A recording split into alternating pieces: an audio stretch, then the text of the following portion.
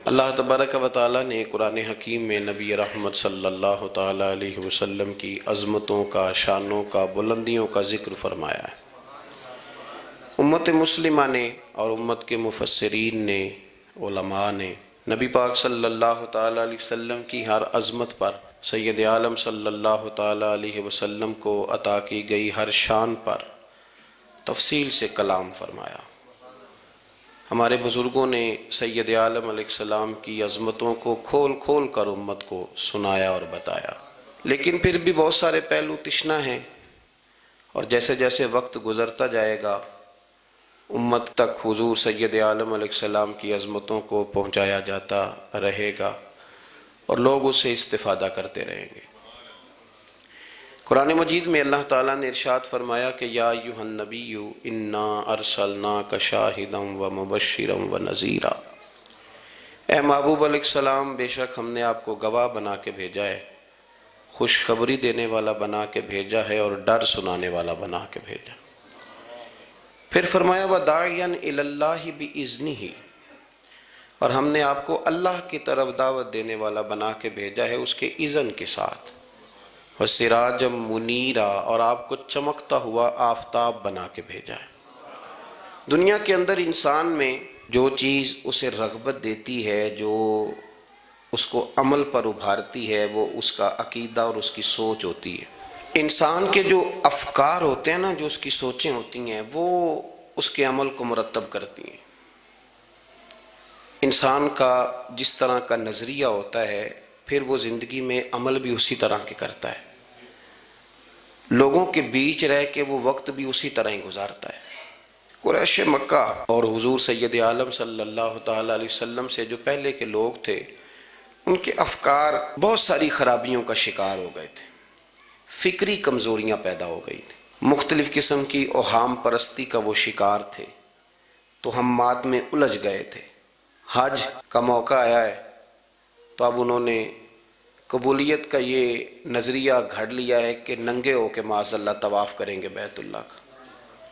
قربانی کا موقع آیا ہے تو جانوروں کا خون دیواروں کے ساتھ لگائیں گے خانہ کعبہ کی۔ اور قرآن حکیم ہمیں یہ بھی بتلاتا ہے کہ جب حج کر کے لوٹتے ہیں تو اب دروازوں سے نہیں گزرنا، اب ہم نے کوئی اور رستے پھلانگ کے گھروں میں آنا ہے، اس لیے کہ ہم نیک ہو کے آئیں۔ تو مختلف قسم کی توہمات انہوں نے گڑھ لی تھی، اللہ تبارک و تعالیٰ کی ذات کے بارے میں بھی، انبیاء کرام علیہم السلام کے بارے میں بھی۔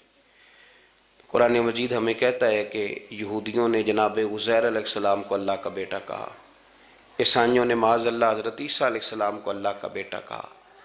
تو افکار کے اندر جب انسان کے بہت زیادہ خرابیاں آ جاتی ہیں، یعنی ایک آدمی کا ذہن بن گیا نا سارے لوگ چور ہی ہیں، تو پھر کسی سے دوستی کرنا، کسی کے ساتھ چلنا، وقت گزارنا اس کے لیے دشوار ہی نہیں محال بھی ہو جاتا ہے۔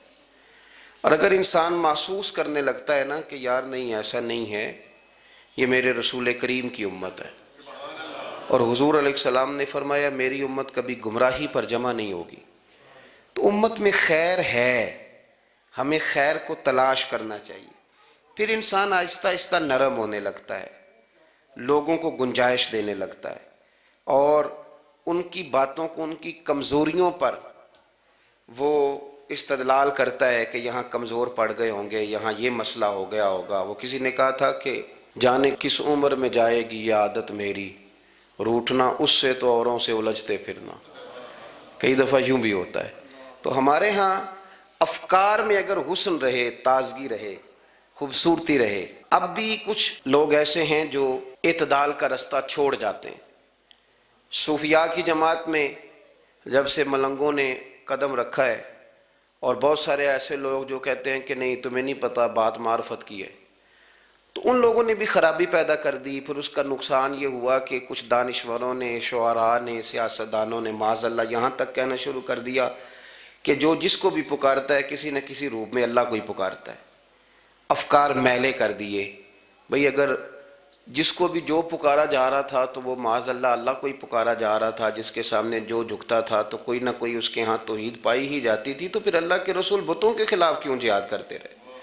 پھر لا الہ الا اللہ کا کیا معنی ہوا؟ تو ایک تو وہ طبقہ آیا، پھر ایک الحاد اور بے دینی کا رویہ کچھ لوگوں نے یہ بھی اختیار کیا کہ معاذ اللہ انہوں نے مسبب الاسباب کی بجائے لوگوں کو اسباب پر زیادہ توکل کرنے کا معاذ اللہ درس دیا. دعاؤں سے کام نہیں چلتا، خالی نعروں سے بات نہیں بنتی. اس کو یہاں تک لے گئے کہ اگر آج انہیں حضور کا کوئی معجزہ بتایا جائے، کسی کرامت کی بات کی جائے، اللہ تبارک و تعالیٰ کی طرف سے عطا کردہ کسی انہونی ایسی بات میں جس میں خالصتاً قدرت الہی کا دخل ہو، تو ان لوگوں کے لیے ماننا مشکل ہو جاتا ہے، کیونکہ انہوں نے زور ہی اس بات پہ دے دیا ہے.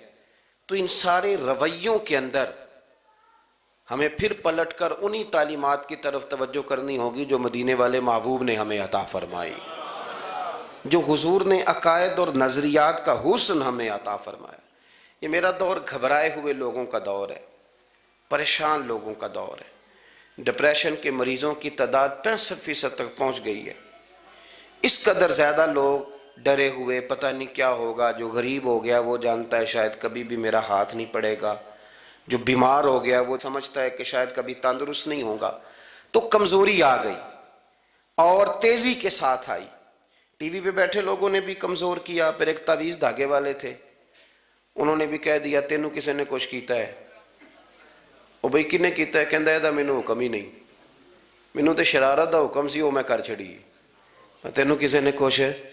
اب تو سوچتا رہ، جتنے تیرے دشمن ہیں تو ان کی لسٹ بنا لے. تو شرارتیں ہوئیں، لوگ کمزور ہوئے، افکار کے اندر کمزوری آئی. رسول کریم صلی اللہ علیہ وسلم لوگوں کو طاقتور کرتے، توکل کا درس دیتے. توحید باری تعالیٰ کے ستھرے جذبے حضور اپنے غلاموں کو عطا فرماتے، ان کی فکری حضور تربیت فرماتے. فکری اللہ کے رسول صلی اللہ علیہ وسلم غار ثور میں موجود ہیں، ساتھ سیدنا صدیق اکبر رضی اللہ تعالیٰ عنہ. کفار جو گرفتار کرنے والے تھے، پیچھے لگے ہوئے تھے، وہ غار ثور کے دروازے تک آ گئے. جس طرح ڈاکٹر بول دیتا ہے، وہ کہہ دیتا ہے کہ اب جناب مشکل ہے، اگلے ہفتے آپ چلے جائیں گے. تو وہ جو کمزور لوگ ہیں انہوں نے اگلے ہفتے کیا جانا ہوتا ہے، وہ جب ڈاکٹر بتاتا ہے اسی وقت ہی فوت ہو جاتے ہیں. وہ کہتے ہیں اگلا ہفتہ تو لیٹ ہے، اسی وقت ہی سمیٹ لیتے ہیں سامان سفر. اور کچھ لوگ ایسے تھے، ڈاکٹر نے کہا کہ جناب آپ کی رپورٹس بتاتی ہیں کہ آپ بہت جلدی چلے جائیں گے. تو انہوں نے کہا جناب آپ جو کہہ رہے ہیں اپنے علم کے مطابق کہہ رہے ہیں، پر ہونا تو وہ ہے جو میرا رب کریم چاہے گا. یہ وہ جذبات ہیں جو ہمیں رسول کریم علیہ السلام نے عطا فرمائے. دیکھو حضرت ابوبکر صدیق رضی اللہ تعالیٰ عنہ کے ساتھ حضور غار ثور میں موجود ہے. کفار جو گرفتار کرنے والے ہیں وہ دروازے تک آ گئے، بالکل دروازے تک. اور جناب صدیق اکبر رضی اللہ تعالیٰ عنہ ان کو دیکھ کر تھوڑا سا گھبرائے، اپنے لیے نہیں، ذات مصطفیٰ کے لیے گھبرائے، کہیں حضور کو کوئی تکلیف نہ پہنچ جائے. تھوڑا گھبرائے، یا رسول اللہ وہ تو قریب آ گئے، اور اگر انہوں نے پیروں کی جانب جھک کر دیکھا تو ہمیں دیکھ لیں گے. بالکل سرانے پہنچ گئے، یہ آ گئے، کھڑے ہو گئے، اور درمیان میں پردہ کیا ہے؟ مکڑی کا جالا. اور مکڑی کا جالا پھونک سے بھی اڑ جاتا ہے، تو مکڑی کا جالا بیچ میں. حضور وہ تو پہنچ گئے، ذرا جھک کر کے دیکھیں گے تو وہ تو ہمیں پکڑ لیں گے. اب یہ وقت تربیت ہے، اور وہ تربیت جو محبوب نے اپنے اس عظیم صحابی کی فرمائی، اس تربیت کو میرے رب کریم نے قرآن مجید میں بیان فرمایا. حضور فرماتے ہیں، رب فرماتا ہے کہ فرمایا محبوب نے، فرمایا لا تحزن، ابو بکر گھبرانا. یہ ایک موقع ہوتا ہے جب انسان کو گھیر لیتی ہیں مشکلات چاروں جانب سے، اور جو بھی آتا ہے وہ اسے مایوس ہی کرتا ہے. لیکن حالات کے سہمے ہوئے لوگوں کو بتا دو حالات بدل جاتے ہیں، ایک جیسے نہیں رہتے. کہا لا تحزن، ابو بکر گھبرانا. کیوں؟ ہماری فوجیں آ کے انہیں پکڑ لیں گی، یا اندر ہمارے پاس کوئی ایسا اسلحہ موجود ہے کہ ہم ان پر چھوڑ دیں گے تو یہ مر جائیں گے. لا تحزن، ابو بکر گھبرائیے مت. کیوں نہ گھبرائیے؟ اس لیے کہ ان اللہ معنا، بے شک اللہ ہمارے ساتھ ہے. جن کے ساتھ رب ہو انہیں گھبرانا نہیں چاہیے. انہیں گھبرانا، یہ جو مسلح کی قوت ہوتی ہے، یہ دعا کی طاقت ہوتی ہے، دعا صلاح المومن، یہ جو قوت ہوتی ہے انسان کے پاس، یہ جو اس کے پاس ہتھیار ہوتا ہے کہ آج رات منا لوں گا، میرا رب کرم فرما دے گا. یہ جو اس کے پاس قوت ہوتی ہے یہ اسے کمزور نہیں پڑنے دیتی، اسے طاقتور رکھتی۔ تو حضور نے افکار کے اندر یہ حسن پیدا کیا، لوگوں کو بتلایا کہ بجائے اس کے کہ تم کوئی چور رستہ تلاش کرو، کوئی سیاست کرنے کی کوشش کرو، تم کوئی ایسی راہ اختیار کرو جو تمہیں محسوس ہو کہ درست نہیں ہے، اس رستے نہ چلو، بلکہ تم اپنے رب کو منانے والے رستے پہ چلو۔ اور ترمذی شریف میں حدیث ہے، حضرت انس بن مالک رضی اللہ تعالیٰ عنہ فرمانے لگے کہ کریم محبوب علیہ السلام فرماتے ہیں کہ اپنے دکھڑے دنیا داروں کو نہ بتانا، سیٹھوں، نوابوں، چودھریوں، چاپلوسی کرنے کی ضرورت کوئی نہیں، اپنے دکھڑے دنیا داروں کو نہ بتانا ورنہ اللہ تمہیں کبھی غنی نہیں فرمائے گا۔ فرمایا اپنے دکھ اپنے رب کریم کی بارگاہ میں عرض کرنا، جلدی یا دیر سے اللہ تمہیں لوگوں سے بے نیاز کر دے گا۔ تربیت فرمائی۔ ہم لوگوں نے تیزی سے اپنے آپ کو کمزور کیا ہے، توجہ کا مرکز دنیا دار۔ وہ اکبر الہآبادی نے کہا تھا کہ مصیبت میں بھی اب یاد خدا ہم کو نہیں آتی، دعا منہ سے نہ نکلی جیبوں سے عرضیاں نکلی۔ اب بھی نہ لوگ درخواستیں جمع کراتے ہیں، دعائیں نہیں کرتے۔ تو بھائی ایک تو یہ کہ توحید باری تعالیٰ کے بارے میں اصل نظریات، افکار کا حسن، پاکیزگی، اور آپ کا اپنے رب کی جانب پورا توجہ کرنا۔ ہمارے ہاں اب تو خیر کرامتیں فیس بک پہ آتی ہیں اور لوگ اس کا سوال بھی بڑا تگڑا کر کے کرتے ہیں، اور جو بچے چھوٹے موٹے ہماری طرح طالب علم ہوتے ہیں، کچھ کتابیں پڑھنے والے دین کے، وہ کئی دفعہ الجھ جاتے ہیں کہ اب اس کو ٹیلی کیسے کریں، ساتھ کیسے جوڑیں۔ ایسی کرامتیں اور کرامت بیان کرنا بھی لوگوں نے ذمہ داری سمجھ لیا ہے، حالانکہ جڑے محرم راز حقیقت دے وہ تے راز حقیقت کھول دے ہی نہیں۔ اے جنہ ویکھیا نہیں او کرن گلاں، جنہ ویکھ لیا او تے بول دے ہی نہیں، تو بات ہی نہیں کرتے۔ تو کرامت نا جوڑ جاڑ کے نا کہیں فٹ کی جاتی ہے۔ آپ کو بخاری مسلم میں حدیث ملے گی، کوئی بھی ایسی اوہام پرستی، کوئی بھی ایسا نظریہ، کوئی بھی ایسی بات جو ذہن کو منتشر کرے، یعنی ابھی تک لوگ کہہ دیتے ہیں ہمارے کہ وہ کالی بلی رستہ کاٹ گئی تھی، تو معاملہ بڑا، میں ملتان شریف پہنچا تو مجھے وہاں ایک میرے سنگی کہنے لگے، بڑا پرانا ان سے ربط ہے، کہنے لگے کہ میں نے آج نہ تجربہ کیا ہے، ویسے واقعی کالی بلی رستہ کاٹی ہے تو مشکل ہو گئی ہے۔ میں نے انہیں کہا کہ آپ کا تجربہ سجدہ صاحب کا محتاج ہے، آپ کو دوبارہ سے تجربہ کرنا چاہیے۔ خدا کے بندے، کالی بلی رستہ کاٹ جائے تو مشکل ہوتی ہے، تو میرا تو سارے رستے، کئی کالی گاڑیاں رستہ کاٹ گئی، اب کیا کیا جائے۔ یہ کمزوری ہے، افکار میں کمزوری نہیں پیدا کریں، کچا پن نہ پیدا کریں، آپ مضبوطی لائیں۔ بخاری مسلم میں آپ کو حدیث ملے گی، سرور کائنات علیہ السلام کے صاحبزادے جناب ابراہیم علیہ السلام وصال فرما گئے، اور کیفیت یہ تھی کہ انہوں نے حضور کی مقدس گود میں آخری سانس لیا، داڑھی مبارک محبوب کی آنسوؤں سے بھر گئی۔ حضرت انس کہتے ہیں عرض کی یا رسول اللہ آپ بھی آنسو بہاتے ہیں؟ فرمایا میرا بیٹا گیا ہے تو آنسو نکل آئے ہیں، ورنہ میری زبان پہ وہی جاری ہے جس سے میرا رب راضی ہوتا ہے۔ اسی دن نا، جس دن سرکار کے صاحبزادے کا وصال ہوا، اسی دن سورج کو گرہن ہو گیا۔ کچھ لوگوں نے بات جوڑ دی، کہنے لگے کہ آج چونکہ حضور سید عالم علیہ السلام کے صاحبزادے کا وصال ہو گیا ہے تو آج دیکھو سورج کو بھی گرہن ہو گیا ہے۔ بات جوڑ دی، غم کی کیفیت تھی، سرکار کی مقدس داڑھی آنسوؤں سے بھری ہوئی تھی، حالات کا تقاضا اور اس کی سمت کچھ اور تھی۔ حضور نے جمعے کا انتظار نہیں فرمایا، فرمایا بلاؤ لوگوں کو مسجد میں۔ لوگ جمع ہو گئے، اور صحابہ فرماتے ہیں ہمارے خیال میں یہ تھا کہ یہ موقع نہیں تھا، آج نہ جہاد کے لیے حکم آنا ہے، کس مقصد کے لیے حضور نے طلب فرمایا، لیکن جب ہم گئے اتنا ضروری کام ہے نظریات کا صاف ہونا کہ اللہ کے محبوب نے لوگوں کو اسی دن بلا کے فرمایا لوگوں سنو، سورج اور چاند کو جب گرہن لگے تو استغفار پڑھا کرو، تسبیحات کیا کرو، نوافل ادا کیا کرو، اللہ کے حضور حاضر ہوا کرو۔ فرمایا یہ سورج اور چاند کو جب گرہن لگے تو یہ اللہ کی نشانیوں میں سے نشانی ہوتا ہے، کسی بندے کے دنیا سے جانے کا اس کے ساتھ کوئی تعلق نہیں۔ تم نے اپنے ذہن کو ٹھیک رکھنا ہے، افکار کو ٹھیک رکھنا ہے، کسی بھی قسم کی تم نے اوہام پرستی کا شکار نہیں ہو۔ مضبوط رہیں مضبوط رہیں، اٹھ باندھ کمر کیوں ڈرتا ہے، پھر دیکھ خدا کیا کرتا ہے۔ آپ مضبوط رہیں، جب مضبوط رہیں گے تو انشاءاللہ توانائی اللہ کی طرف سے عطا کر دی جائے۔ دوسری بات، نبی پاک صلی اللہ تعالیٰ علیہ وسلم نے تمام انبیاء کرام علیہم السلام کے بارے میں لوگوں کے ذہنوں کی اصلاح کی۔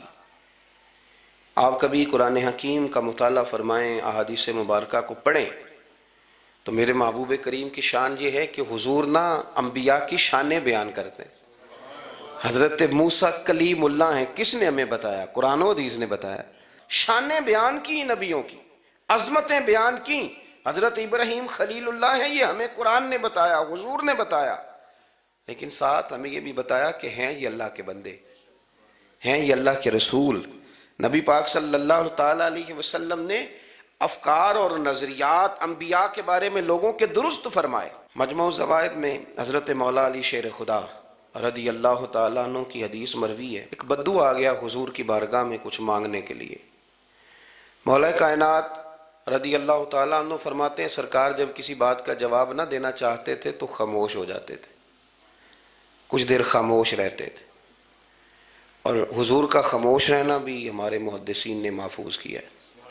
اقسام حدیث میں سے ایک حدیث ہے جسے حدیث تقریری کہا جاتا ہے، وہ حدیث ہے جس میں حضور خاموش رہے، کوئی کام کیا گیا تو سرکار خاموش رہے۔ حضرت مولا علی کہتے ہیں حضور خاموش ہو گئے، لیکن چونکہ دیہاتی تھا، سادہ تھا، اس نے جب بار بار گفتگو چھیڑنا چاہی تو پھر حضور نے فرمایا چل پھر مانگ لے کیا مانگتا ہے، مانگ لے پھر کیا مانگتا ہے، کر سوال۔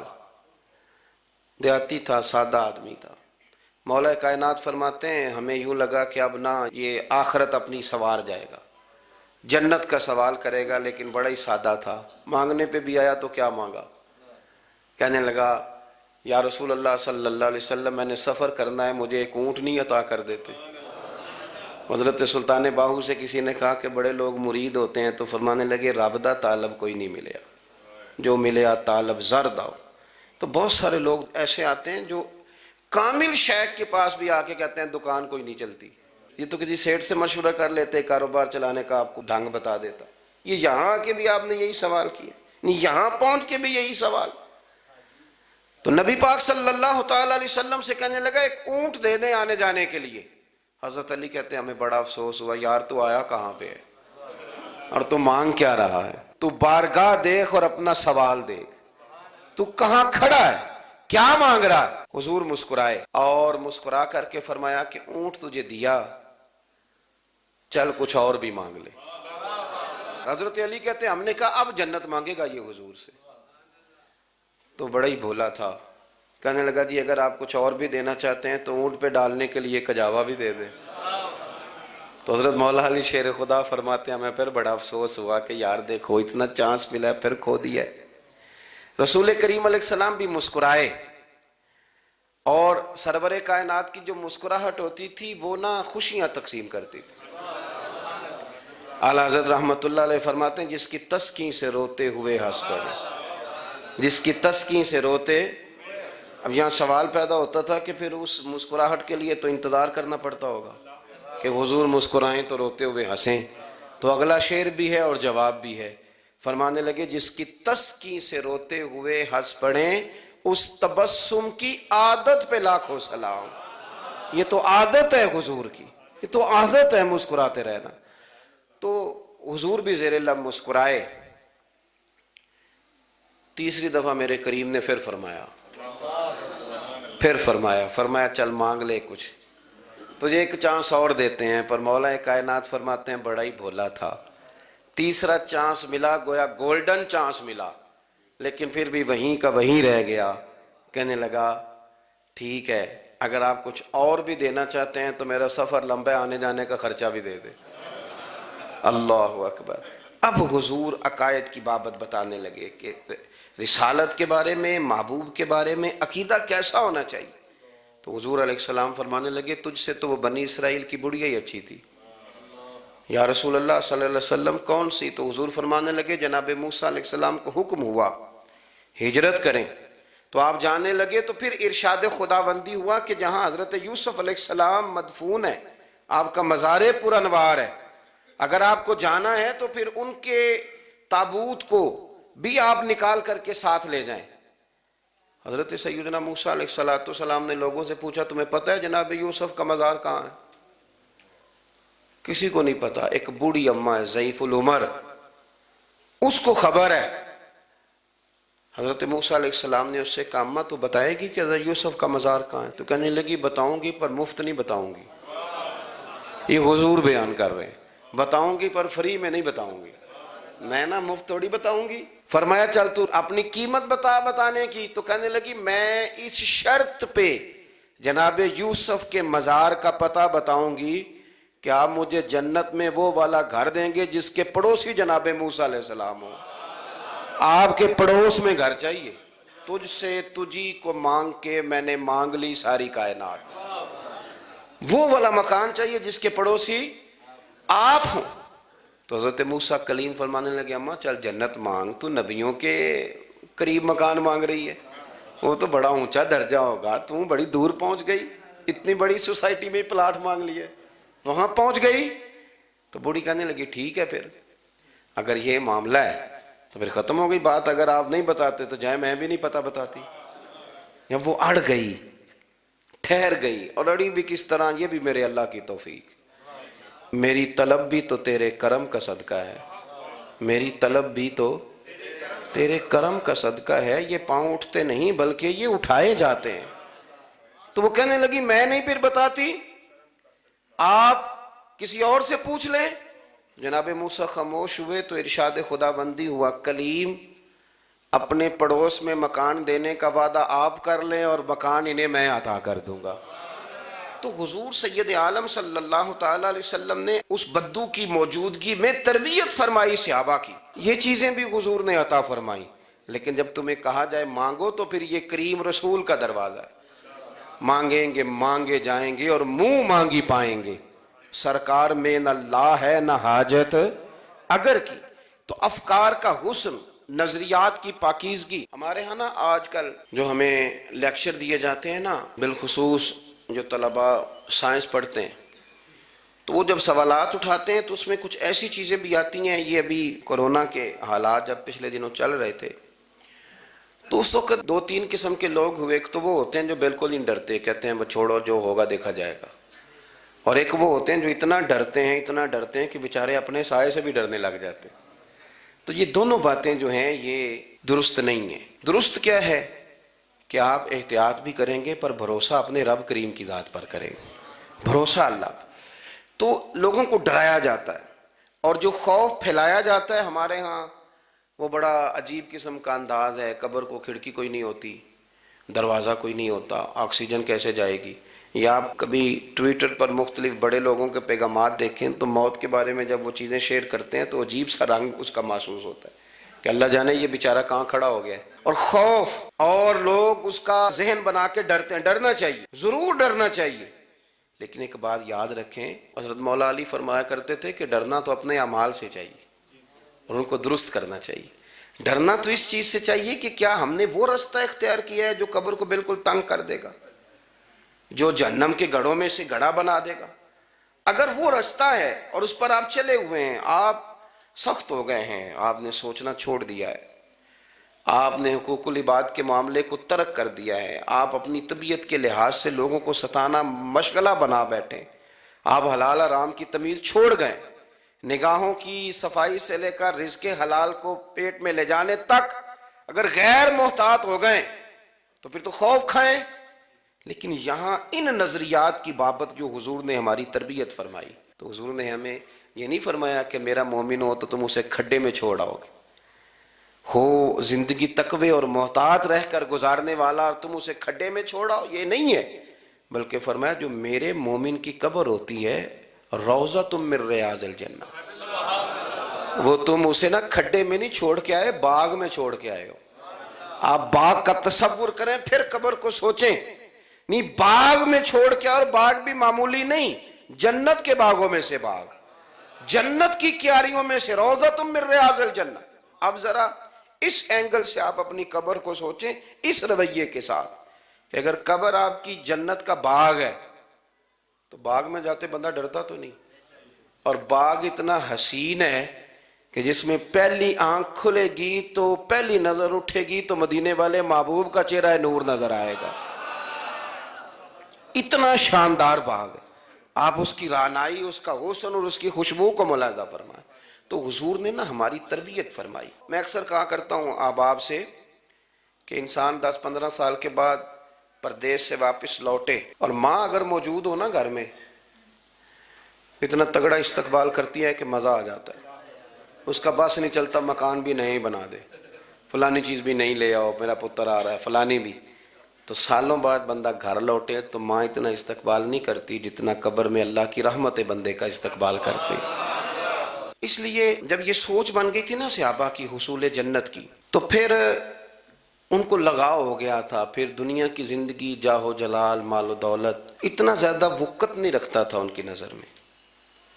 پھر وہ سمجھ گئے تھے اس بات کو کہ کن فی الدنیا کانک غریب و عابر سبیل، سمجھ گئے تھے کہ یہ مسافر ہیں ہم یہاں، اور وہ پھر اتنا زیادہ اپنے ذہن پہ چیزوں کو سوار نہیں کرتے تھے، محسوس کرتے تھے کہ اتنی زندگی ان کی ہے، اتنی زندگی ان کی گزر گئی ہے، محسوس کرتے تھے، اور اس پر پھر وہ جو فوکس کرتے تھے وہ آخرت کے لیے کرتے تھے۔ ایک خاتون حضور کی بارگاہ میں حاضر ہوئی، یہ بھی سیاستہ میں آپ کو روایت ملے گی، بہت ساری کتابوں میں ہے لیکن اس کی اصل آپ کو بخاری شریف میں ملے گی۔ حضرت ابو ہریرہ رضی اللہ تعالیٰ عنہ فرماتے ہیں کہ خاتون آئی تو اس نے آ کر نا بڑے درد کے ساتھ حضور کی بارگاہ میں استغاثہ پیش کیا، عرض کرنے لگی یا رسول اللہ صلی اللہ علیہ وسلم، میں نا مرگی کی مریض ہوں اور بڑی تکلیف میں ہوں۔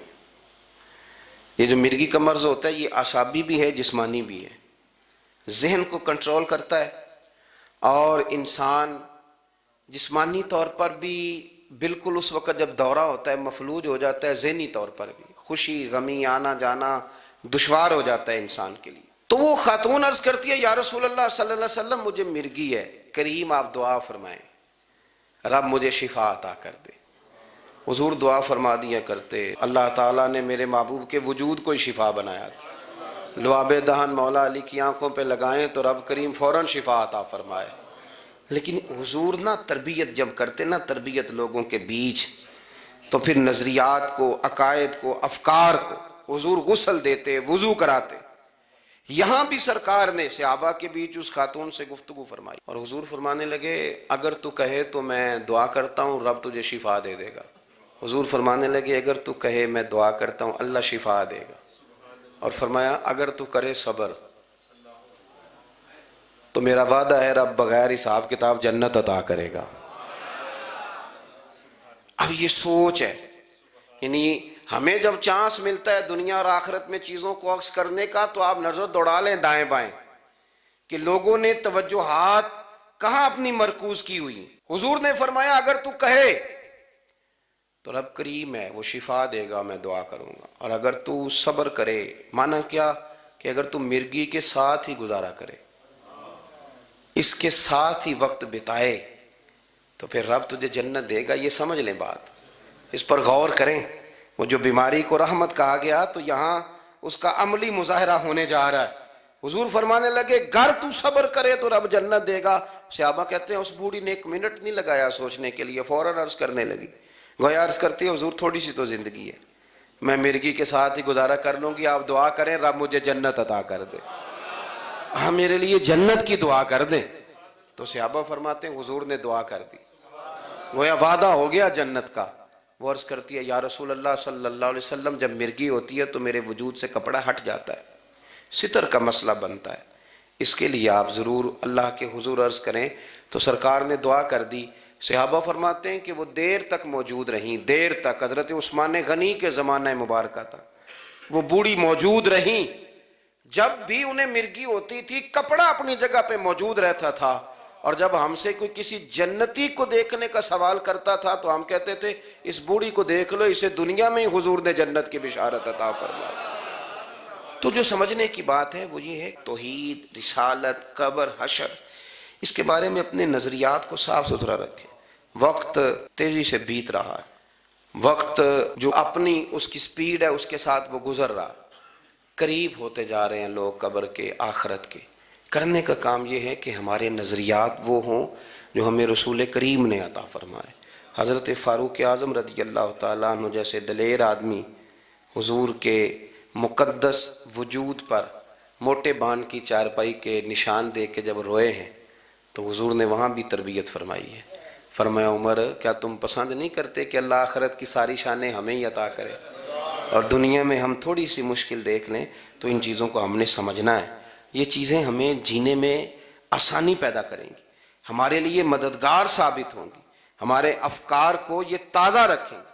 پھر بہت زیادہ الجھاؤ، بہت زیادہ پریشان ہونا، بہت زیادہ ڈپریشن کا شکار ہونا، بہت زیادہ ہمارا دنیاوی معاملات کے اندر تفکر کرنا، یہ ہمیں کمزور نہیں کرے گا بلکہ ہم توانا رہیں گے۔